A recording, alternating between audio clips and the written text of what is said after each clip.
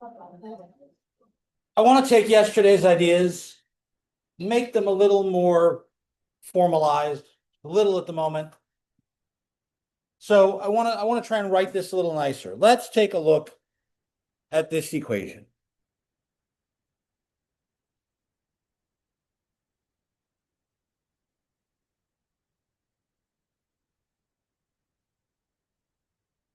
If you've got your text with you, this is on page 83.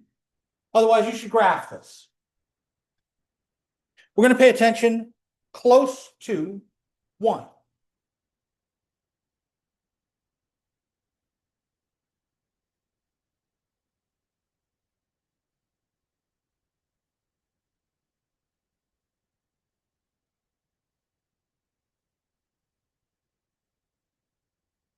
And they've done a table for me on page 83.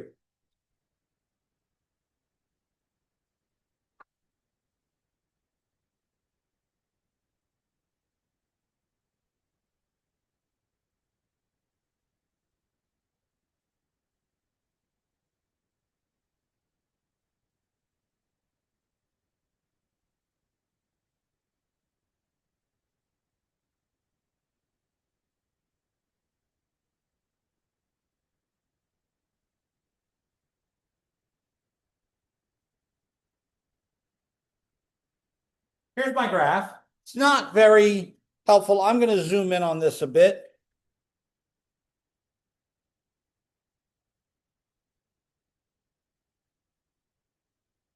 There, now I see closer and closer what's going on here as x gets closer to 1. What I think of visually is that I come in towards 1 from either side. And I look at what happens to the y values. They've actually drawn this, again, page 83 in the text, here. And no matter what x value I pick, if that x value starts to move closer and closer to 1, I see these y values start to close in either from the right or from the left towards the y value of 1/2. And here's my table to back that up. But I'm particularly fond of this visual image. As my x values move inward towards 1,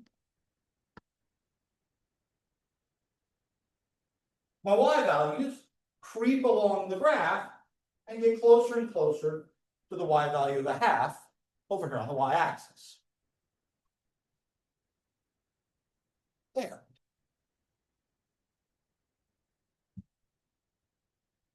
I'm going to call this a limit. And what we're going to write is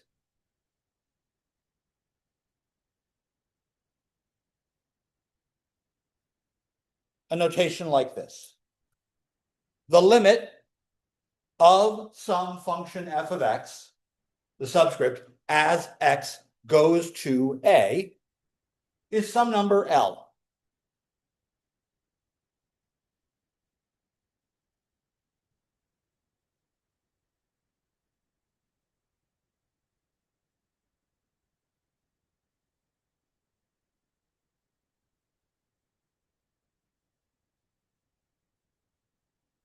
But that is exactly the same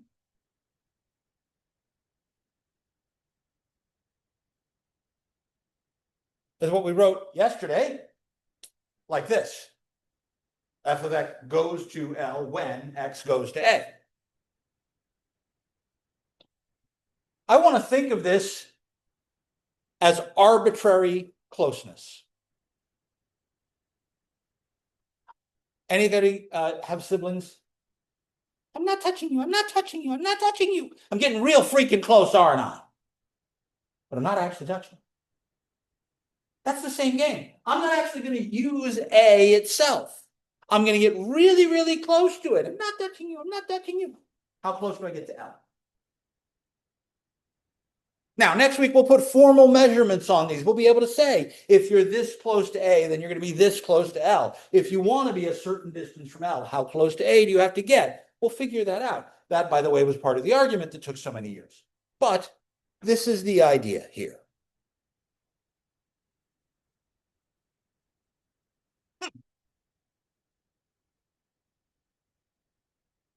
I do have a problem. Not a huge problem, just a little problem. Let me consider an easier question, I hope.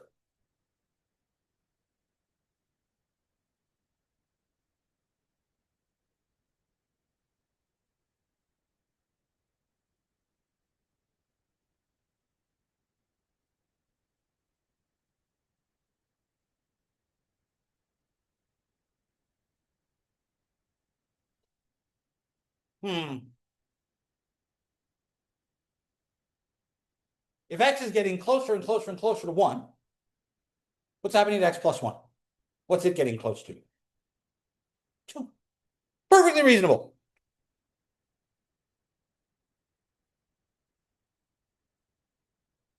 Yeah, as x gets closer and closer to 1, our y values get closed in on 2. I like that. And I can even draw this picture. I could make a table.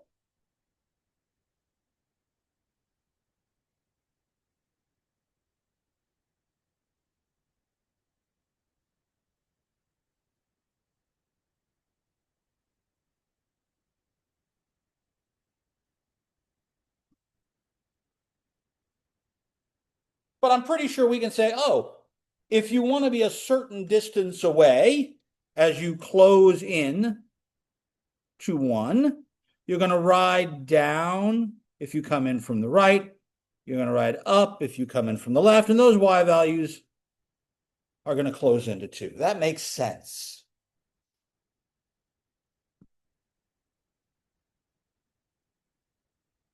Like that. That's pretty simple.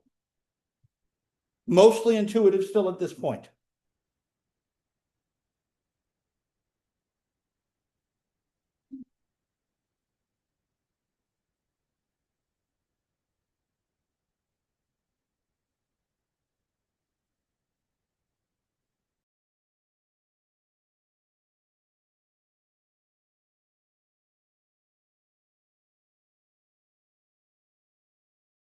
Engage the audio. Ah, I see my little blink. Okay. Okay. Graph this one for me.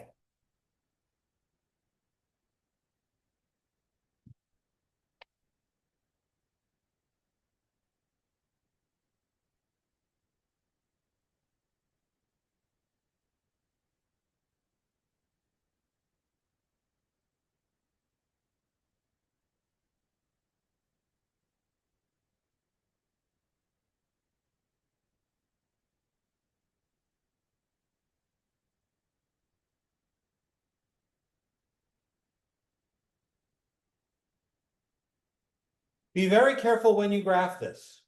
When you graph a fraction, you need to make sure you have the entire numerator divided by the entire denominator. If you don't put those terms in parentheses, you're going to get something much weirder looking than what I'm going to get. Because I get that. Wait a second.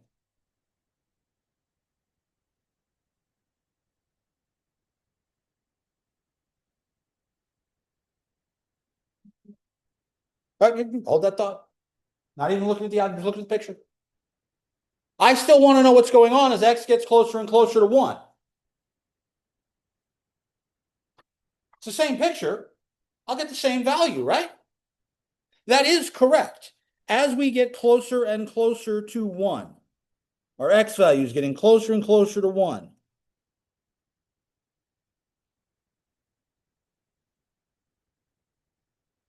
Our y values are getting closer and closer to 2.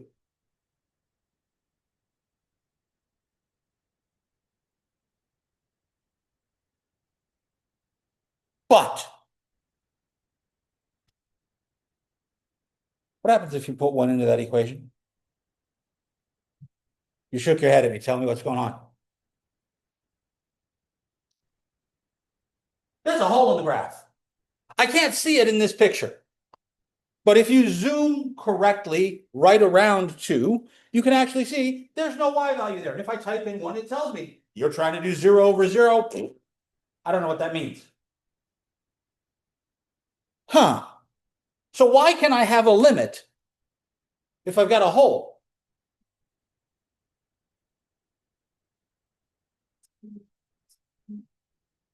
I don't know what that means yet. You're way ahead of me here.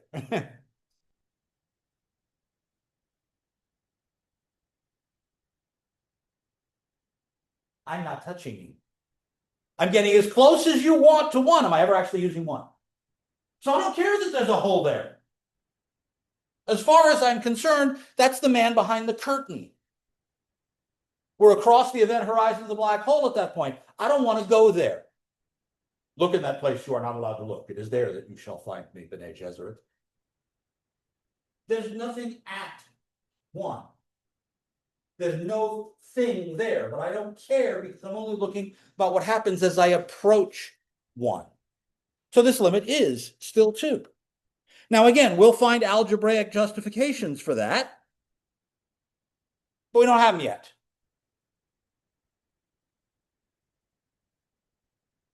However, I'm depending a lot on this table. I'm depending a lot on this visual idea.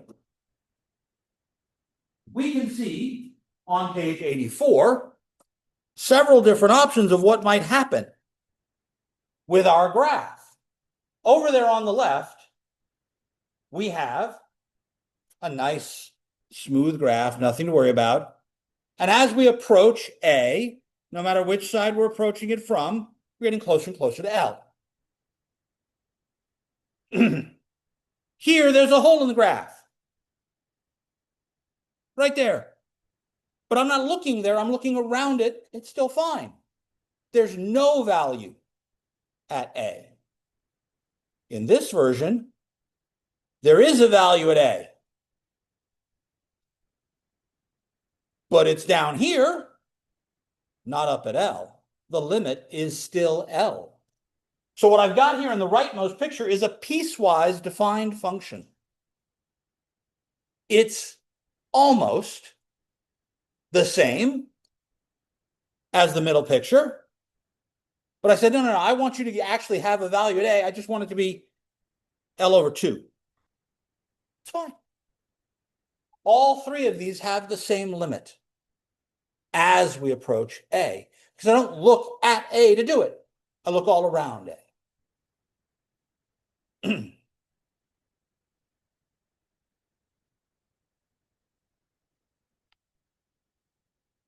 Questions?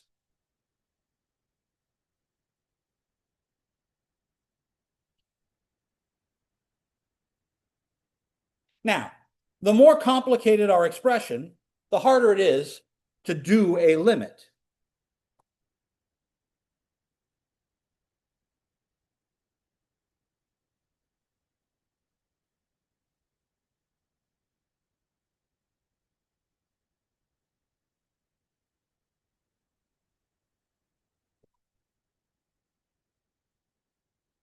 Bleh.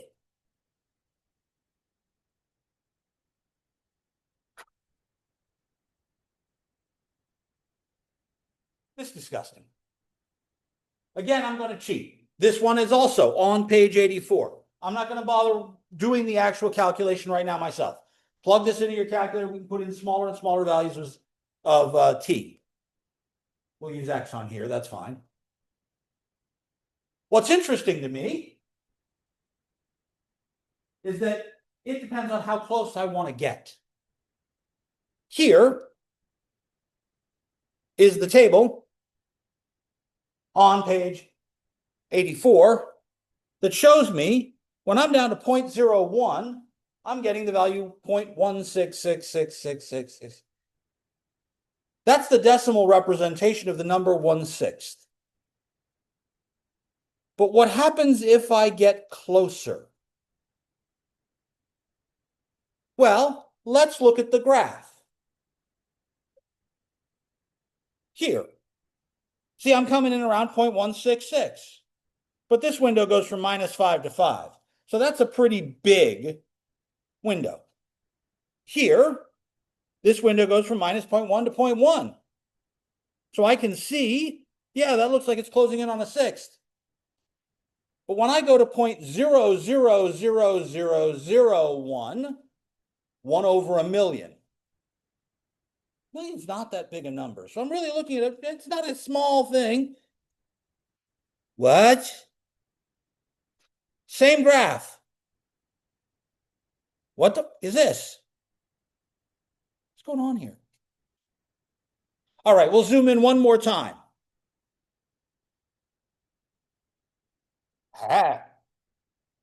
The hell happened to my calculator?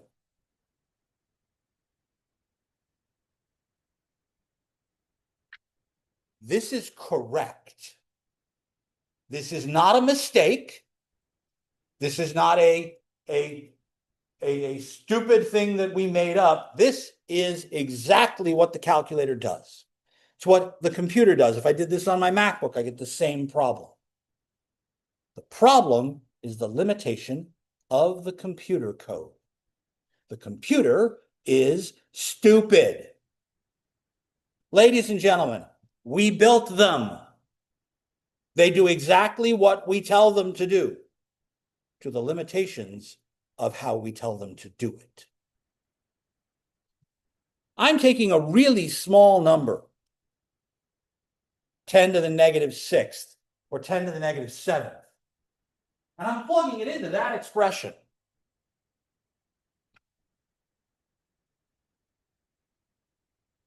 Point 0.000001. What happens when you square that?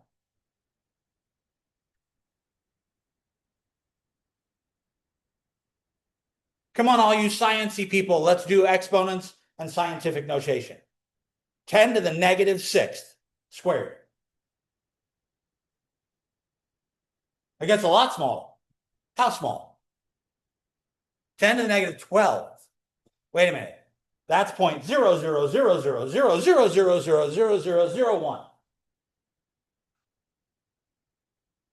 Do me a favor, and on your calculator, write ask it to do 1/7. Give you a decimal for 1/7. If you type in 1 divided by 7 and it spits back the fraction at you, type 1 point divided by 7. It'll know you want decimal. What do you get? 142,857. How far does it go? 142,857, 1429. It rounded the next number, which is 857. 1/7 repeats. It's 142,857, 142,857, 142,857, over and over and over. So it stopped after how many decimal places?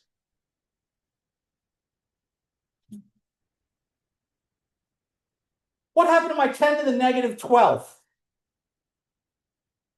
Think about this. I have a point 0.0000000001. I add 9. It'll round it down to 9 exactly, won't it? It'll lose that decimal place way out there. It falls off the end because the computer is stupid. And we told it you only have to remember 10 digits. So now it thinks the number is 9.0000000000. What's the square root of 9? 3 minus 3, the top is 0. What's the bottom? 10 to the negative 12th, which it can remember because it's an exponential notation. So it knows that's 0 over not 0. That's 0. 0 over thingy is 0. It knows that should be 0. Should it really, though? No. My calculator is stupid. It should be the square root of 9 plus 1 times 10 to the negative 12th, not the square root of 9. But my calculator is too stupid to keep that decimal place. Now, in some computer languages, you can specify more decimal places. If you write in C, you can specify, instead of single precision numbers, you specify double precision numbers, quadruple precision numbers. In Python, you can tell your computer how many decimal places to keep. We can get around this. But this is dumb. And it doesn't know. You should keep more decimal places this time. So I threw it out. Lies my calculator told me. It's going to be a very thick book, unfortunately. So I have to be careful about round-off limits, round-off errors in limits. We'll see more of these.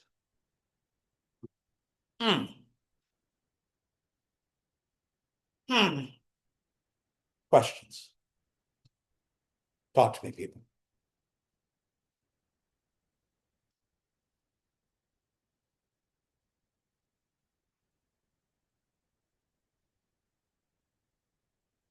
I really need to figure out which the answer should be. Because if my calculator is not smart enough to help me out here, I need something better. If we can actually find an answer, I'm hoping it'll be one of these two numbers. So which one will it be? We'll find out. All right, all right.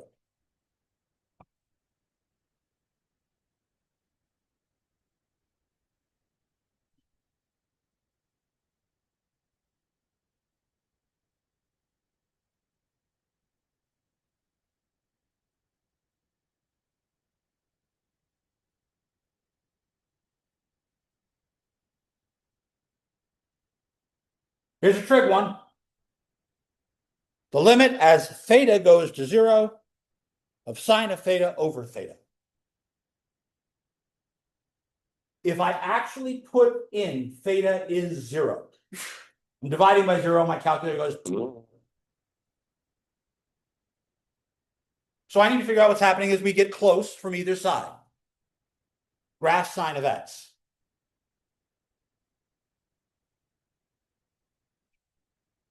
Wiggle, wiggle, wiggle, wiggle, wiggle. As we get closer to 0, what happens to sine of x?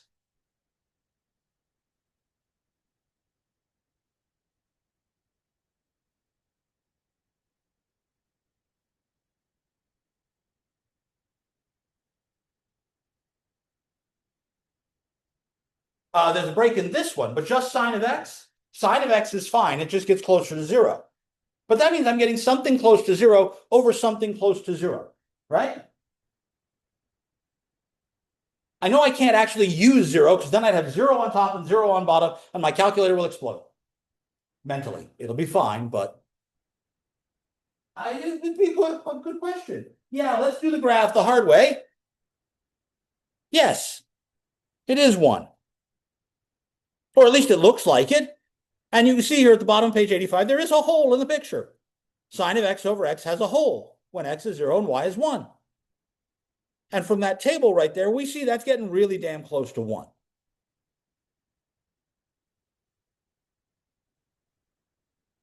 Why?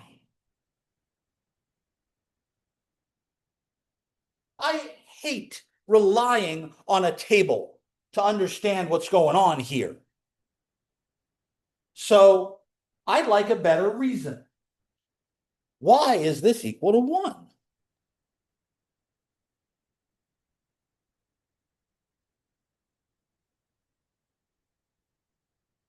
Wait a minute. Wait a minute. Trig functions. Trig functions come from the unit circle. I'm going to draw part of a unit circle. I'm going to draw a very, very small angle. I'm going to blow it up so I can see quite a lot of what's going on.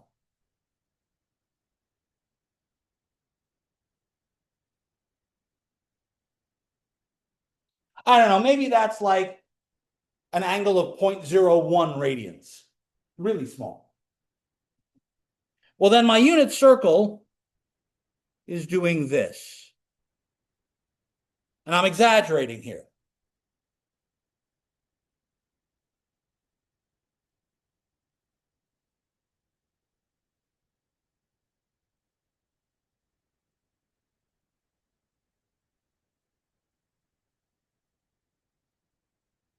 Where's sine in this picture?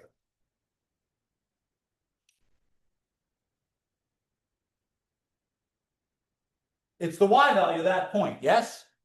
The y value of this point is also the distance from that point straight down, making a right angle, yes? So this side is sine theta, that vertical stick. Well, it's supposedly a straight line, but my artwork sucks. But theta itself, remember, we're measuring in radians. Theta itself is the ratio of the length of the arc versus the radius. S over R. That's how we defined angles in radians. What's the radius of this circle?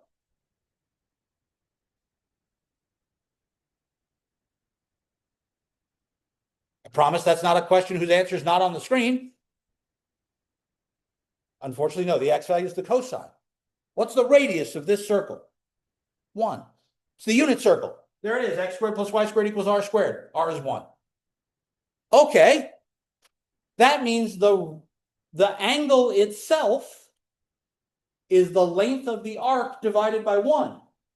That means that theta itself is the length of this arc.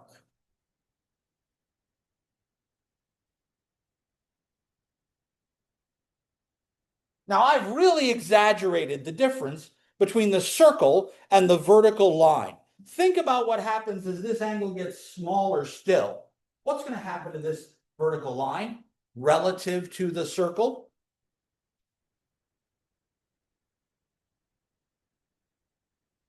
We move the angle down. What happens? It gets closer. It moves out. What happens? Look at the length of this piece, the length of the curve versus the length of the straight up and down. They're really close, aren't they? If I move them even closer, the two lengths will be physically closer together. The ratio of the length vertically to the length of the arc, you get number over itself. Isn't that getting closer to 1? There's a geometry argument here. I don't actually need calculus to tell me why this limit is 1. I need to understand the trig. Oh, thank God. I can do easier stuff.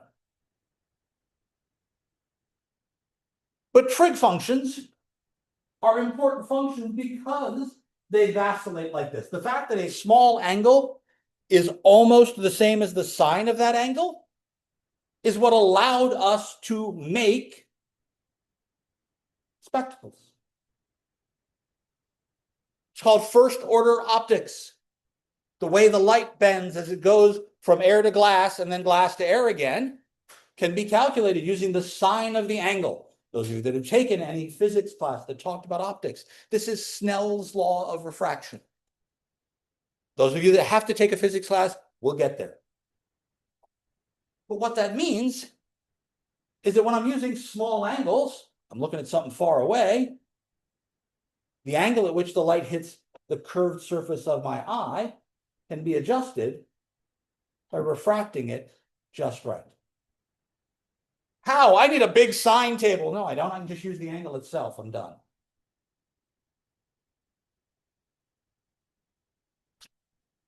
The person most responsible for this studied French mathematicians and said, if I use different types of glass in different places, I can get adjustments at multiple different distances. Ben Franklin, the inventor of the bifocal.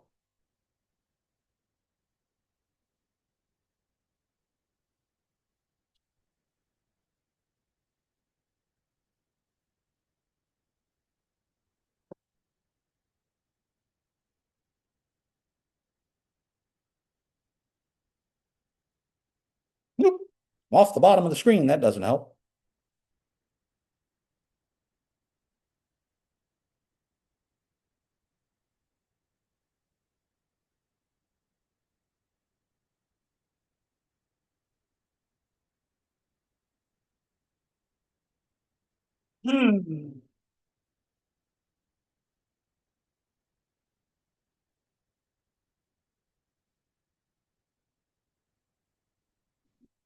Maybe the theta is what throws us. We can, by the way, we can use any letter you want in a limit. It really doesn't change anything.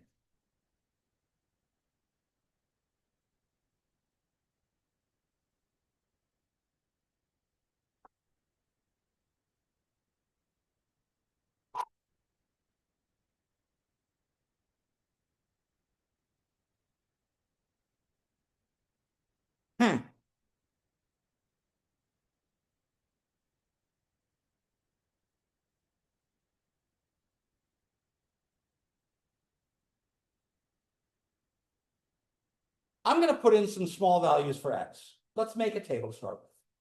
I'll pick some nice easy values. What happens if I put in x is 1? Sine of pi is 0. Because I have pi over 1. What if I put in x is a half? I get sine of pi over a half, that's sine of 2 pi. That's also 0.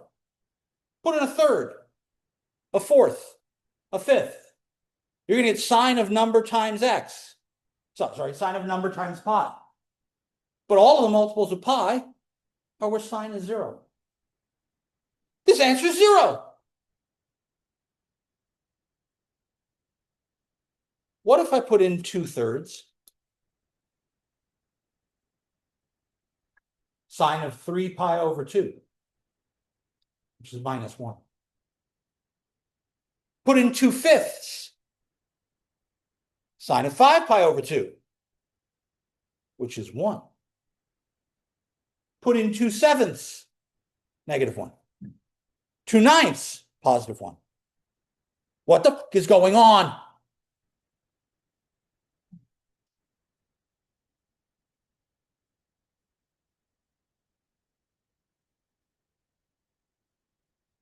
Now, to make my life easy, I'm actually going to set up the window in my calculator, not to be numbers like this, but to use trig values. There's a zoom option, zoom trig, that automatically starts me at -2 pi and ends at 2 pi.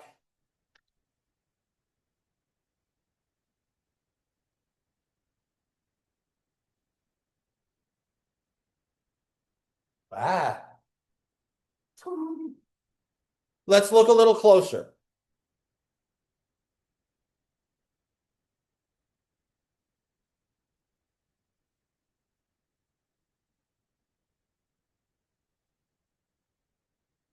Closer.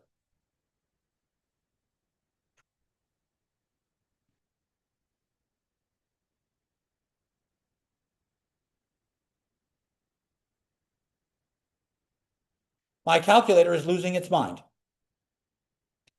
What's happening? As I get closer and closer to 0, 2/3, 2/5, 2/7, 2/9, 2 over 11, 2 over any odd number is going to give me odd number over 2. That's either 1 or -1. It's going to keep jumping back and forth and back and forth and back and forth. And it's basically going to look like an earthquake is happening in the middle here. Do we settle down towards some nice numbers? We get closer and closer to 0? No. We keep jumping back and forth infinitely often.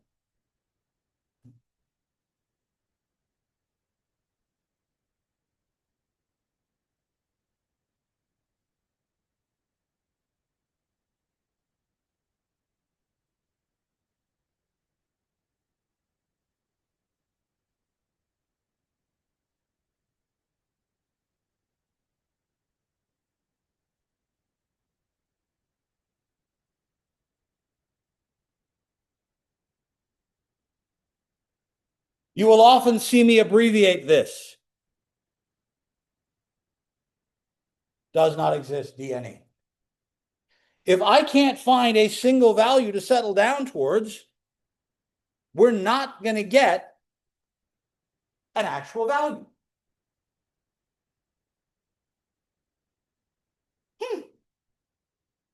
No, sir, I don't like it. But I'm stuck with it. Questions?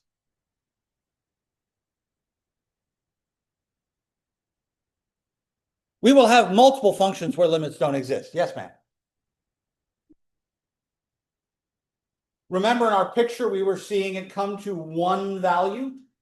But here,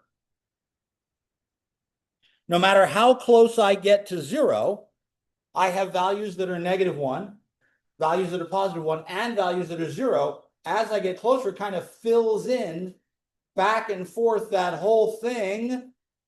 It's not settling down nice. Or even some curvy tendency. There's no tendency. It keeps jumping all over the place, right? A different example with the same idea. Here is a function we use a lot in physics. and in differential equations called the Heaviside function.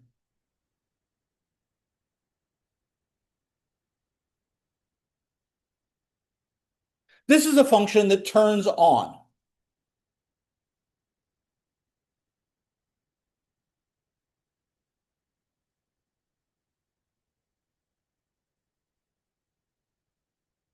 It's a piecewise defined function. It's 0 for all the x values that are negative, and then as soon as you get past the y-axis, it's 1. Which means the graph of this function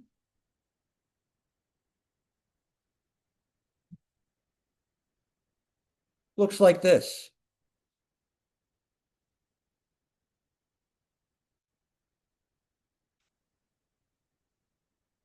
Now let's think about what's going on here. If I want to ask you about the limit at 0, do we have a number as we approach 0?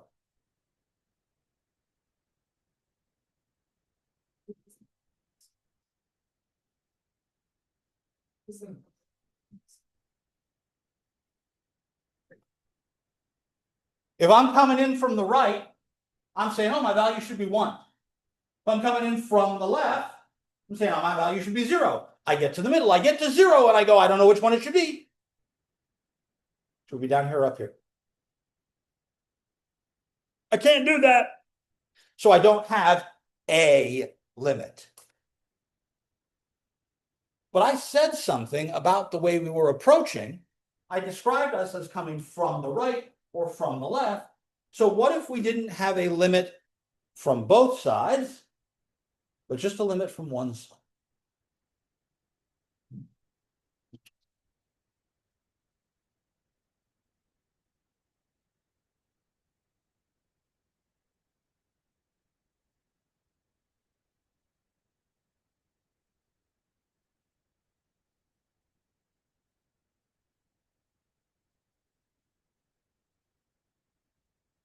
So notice now I'm going to put a little superscript. I'm going to put a little plus sign up above my value of a. That means I want to use x values that are bigger than a. If I put a little minus sign up above my x, my a value, means I want to use values that are smaller. So this limit with the plus means that x is approaching a and x is bigger than a. This one with the minus sign means that x is approaching a and x is smaller than a.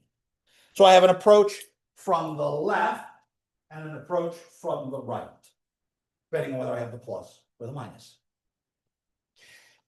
In which case, my Heaviside function does have a limit from the left.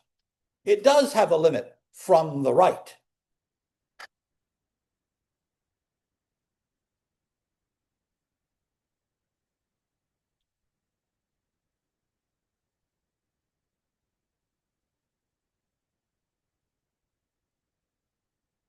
Because those are each of the sides of my picture considered separately.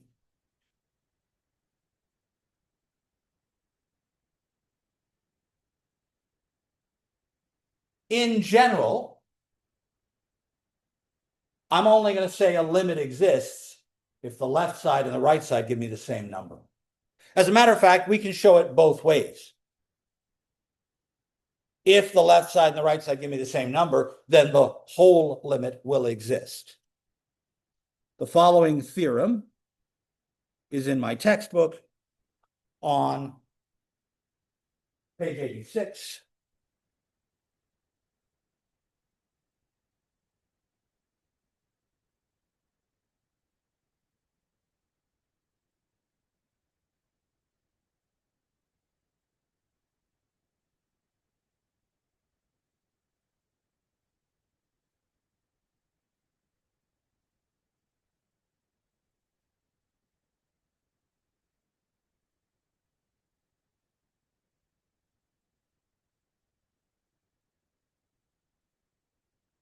This is particularly useful when we think about things like the square root function.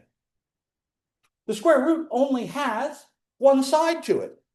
The graph of the square root only works for numbers that are bigger than 0. So if I want to talk about the limit at 0, I can only talk about it as coming from one side.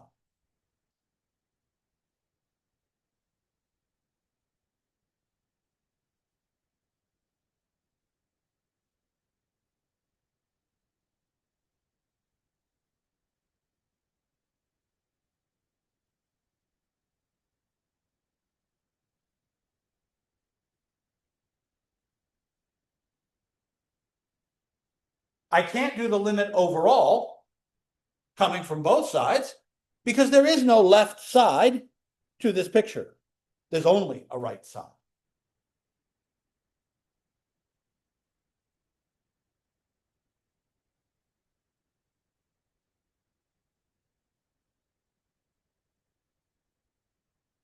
Questions?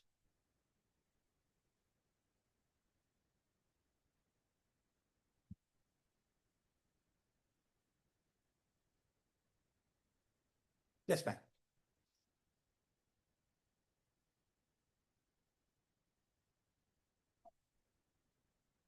Because I'm using values that are bigger than 0 to the plus side of 0.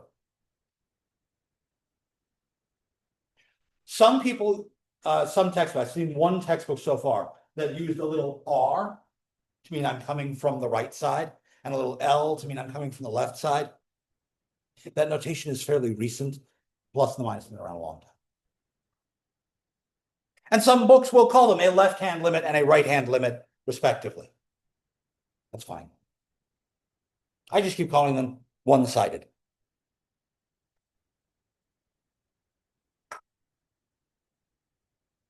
More questions?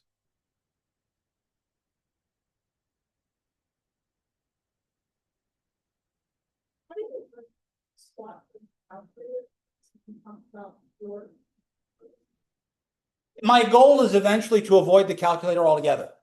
I like my calculator, but I have to be smarter than it. And so I want to develop a technique that will not rely on this. So my goal Wednesday, when we get back, is to not use this. I like it. It makes my life easier. It's my security blanket. I bring it to every exam. I don't want to need it. But again, the calculator itself has a bunch of drawbacks in that I can't necessarily even evaluate some types of limits on it. So I need to figure out how to work around those. Those are the algebraic techniques, but that's Wednesday, not today. More.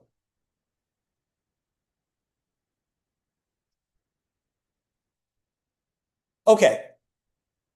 Two other ideas.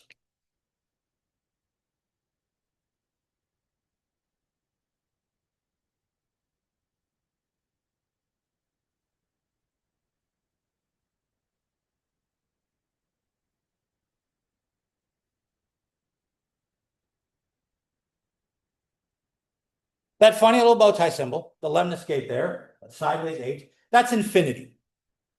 Infinity is not a number. It's an idea. So what does it mean to have a limit whose value is positive infinity?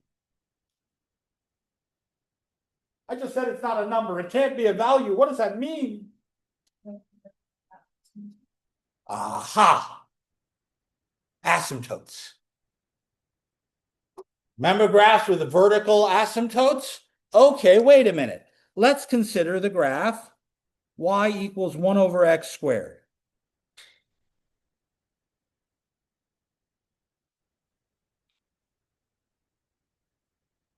As I look at getting closer and closer to 0, what happens?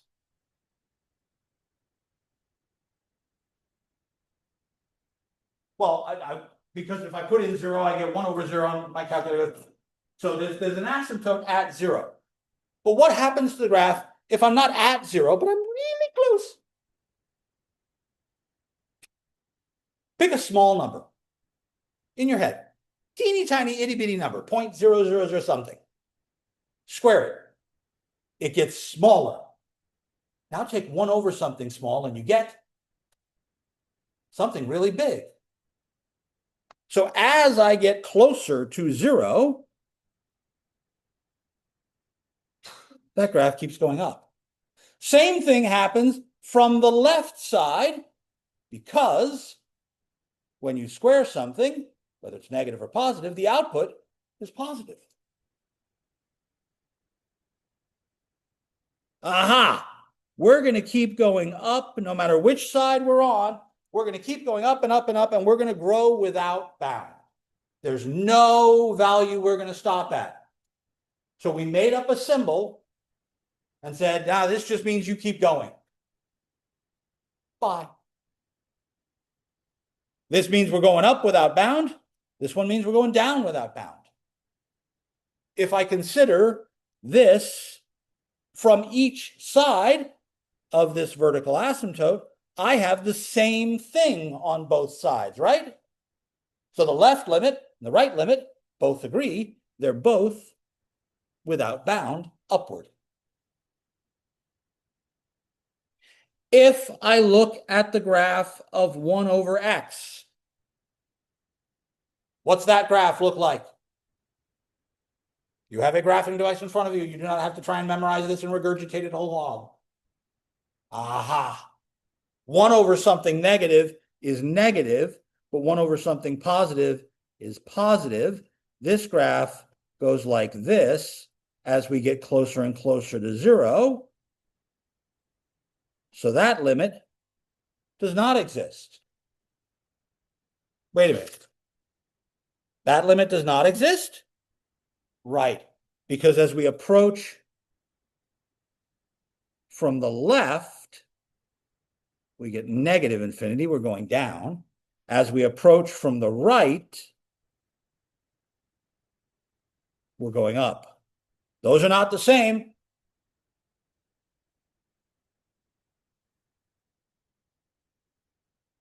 So the overall limit fails to exist.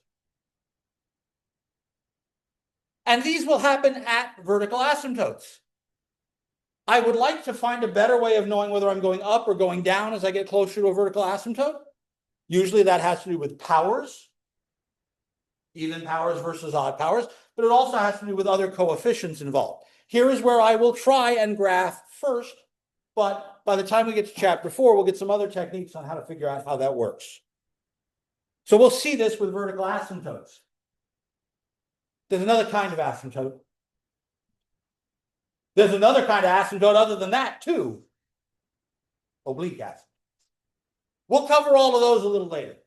I will see you all on Wednesday. I hope you have a wonderful extended weekend. Wednesday is section 3. Thursday is question and answer. The homework is due Friday for 2-1, 2-2, and 2-3. So you should start these questions now so you can bring questions when we get back. I know, kind of takes away from the long weekend idea. Should at least have Tuesday as well. See you all then.